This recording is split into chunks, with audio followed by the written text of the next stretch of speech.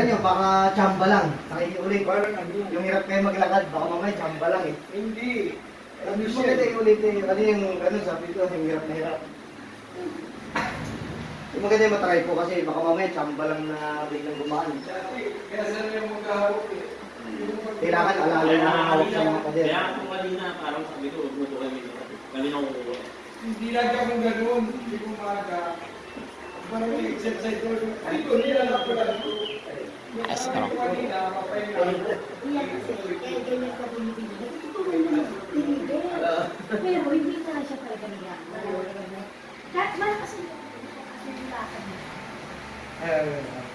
Paano kung wala nga ganyan? Ano ho? Parang normal. Parang normal laho. Parang normal. Pero nung ano Ay, talagang kanina. Kaya sa paling gabay ko. kailangan simulado pinto ang gagabay. Oo, Oh. nagagabay ako.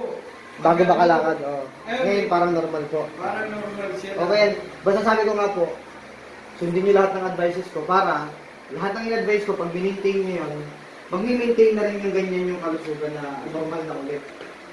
Hindi na kaya. Kasi hindi- Hindi, maganda kasi. Kung nasaan balikan na yun. Opo, ganun nga yun nga po yung tinuturo ko. Sa lahat ng nagiging pasyente ko, tinuturuan ko para hindi lang nakakaranas ng magalingan ngayon. Kumbaga yung magalingan, magtuloy-tuloy at in the future, hindi na magkasakit ng ganyan.